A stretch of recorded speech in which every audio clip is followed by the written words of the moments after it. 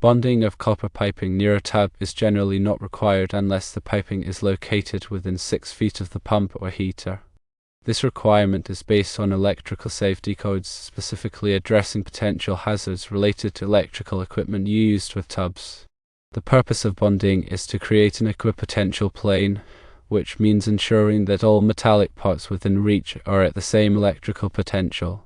This minimizes the risk of electric shock if a fault occurs. When a fault occurs in electrical equipment, such as the pump or heater, stray voltage could potentially energize nearby metal parts. If these parts are not properly bonded, a person touching both an energized part and a grounded part could experience an electric shock. Bonding involves connecting all metallic parts, such as pipes, enclosures, and other conductive components, with a low-impedance conductor. This conductor provides a path for fault current to flow back to the source, tripping the circuit breaker and energizing the circuit. The National Electrical Code, or NEC, provides specific guidelines for bonding electrical equipment and metal parts in and around tubs. These guidelines are designed to ensure electrical safety and prevent electrical shock hazards. The NEC specifies that all metal parts within 5 feet horizontally and 8 feet vertically of the inside edge of the tub must be bonded. This includes metal piping, metal enclosures, and any other conductive components that could become energized. The bonding conductor must be sized appropriately for the circuit and must be connected to a grounding electrode system. The grounding electrode system typically consists of a ground rod, a metal water pipe, or a concrete encased electrode. The bonding conductor should be connected to the grounding electrode system at a point that is as close as practical to the tub. This minimizes the impedance of the grounding path and ensures that fault current can flow quickly and effectively. When bonding metal piping, it is important to use appropriate bonding clamps and connectors. These clamps and connectors should be listed for grounding and bonding applications and should be installed according to the manufacturer's instructions.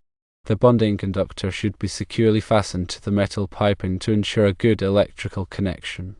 In the specific scenario described, where the copper piping is not within 6 feet of the pump or heater, bonding may not be required.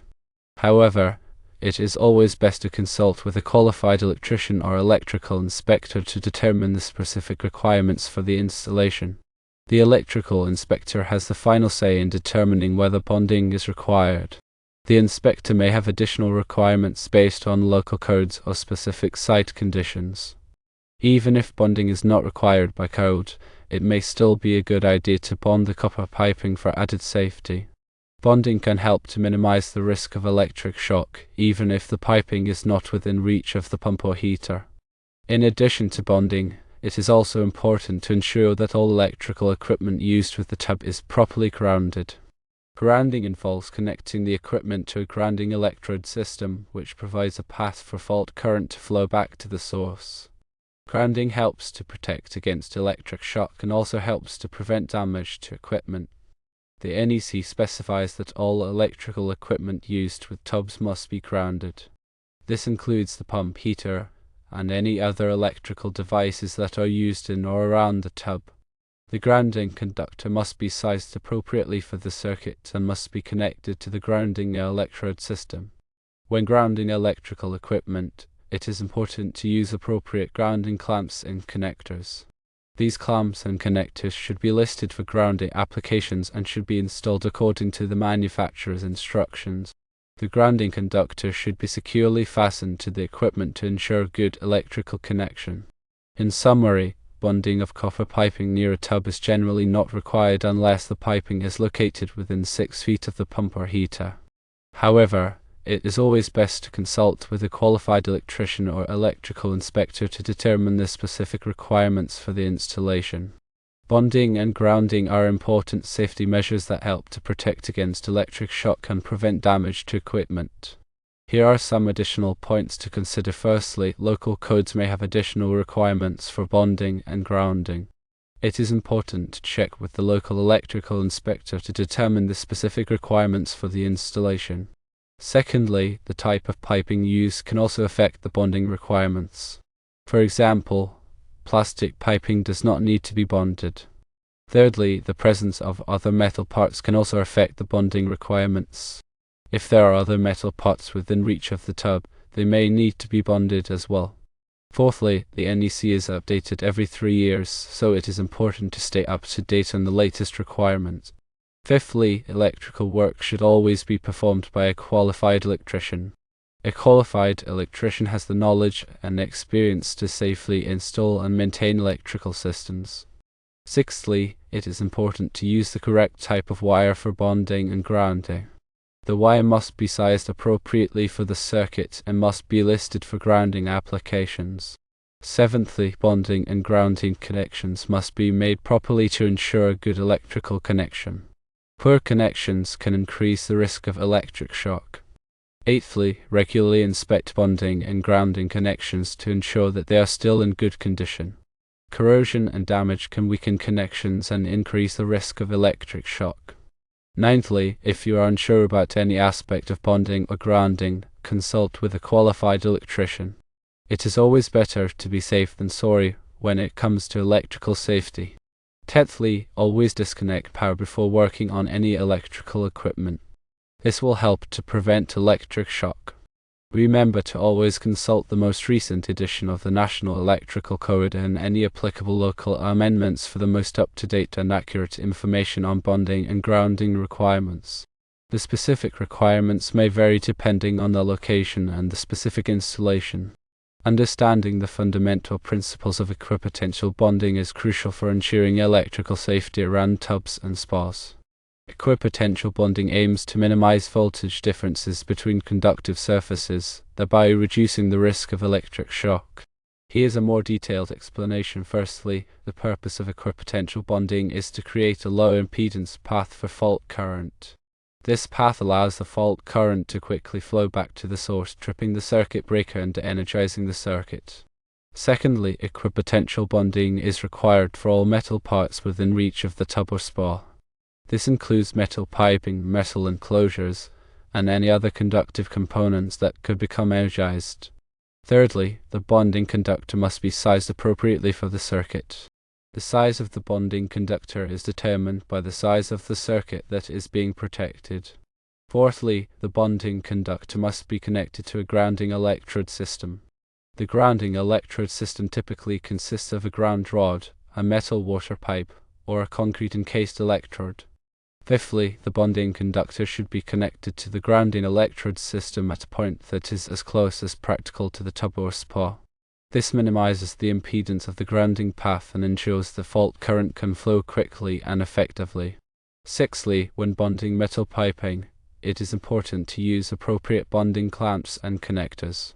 These clamps and connectors should be listed for grounding and bonding applications and should be installed according to the manufacturer's instructions. Seventhly, the bonding conductor should be securely fastened to the metal piping to ensure a good electrical connection. Eighthly, regularly inspect bonding connections to ensure they are tight and free of corrosion. Ninthly, ensure that all bonding conductors are properly protected from physical damage. Tenthly, if you are unsure about any aspect of equipotential bonding, consult with a qualified electrician. Here are some examples of situations where bonding might be required. Firstly, if there is metal fencing around the tub or spa, the fencing must be bonded. Secondly, if there is metal siding on the building that houses the tub or spa, the siding must be bonded. Thirdly, if there is metal ductwork near the tub or spa, the ductwork must be bonded. Fourthly, if there are any other metal objects within reach of the tub or spa, they must be bonded. Fifthly, even if the metal objects are not directly connected to the electrical system, they may still need to be bonded. The purpose of equipotential bonding is to minimize voltage differences between all conductive surfaces, regardless of whether they are directly connected to the electrical system. Sixthly, the equipotential bonding system should be inspected regularly to ensure that it is in good working condition. Seventhly, any damaged or corroded bonding conductors or connectors should be replaced immediately. Eighthly, if you are making any changes to the electrical system near the tub or spa, be sure to consult with a qualified electrician to ensure that the equipotential bonding system is properly maintained. Ninthly, it is important to understand that equipotential bonding is not the same as grounding. Grounding is the process of connecting the electrical system to the earth. Equipotential bonding is the process of connecting all metal parts together to minimize voltage differences. Tenthly, both grounding and equipotential bonding are important for electrical safety. When dealing with electrical installations near water, it is crucial to adhere to all applicable codes and regulations to ensure the safety of yourself and others. Always consult with a qualified electrician if you have any questions or concerns. Here are some additional considerations. Firstly, the distance from the top or spar to the metal objects is a factor in determining whether bonding is required. The closer the metal objects are to the top or spar, the more likely it is that they will need to be bonded. Secondly, the type of metal is also a factor. Some metals are more conductive than others, and therefore more likely to become energized. Thirdly, the presence of moisture can also increase the risk of electric shock. Moisture can make it easier for electricity to flow through metal objects. Fourthly, the age of the electrical system is also a factor. Older electrical systems may not have been installed with the same safety features as newer systems. Fifthly, if you are not sure whether a particular metal object needs to be bonded, it is always best to err on the side of caution and bond it.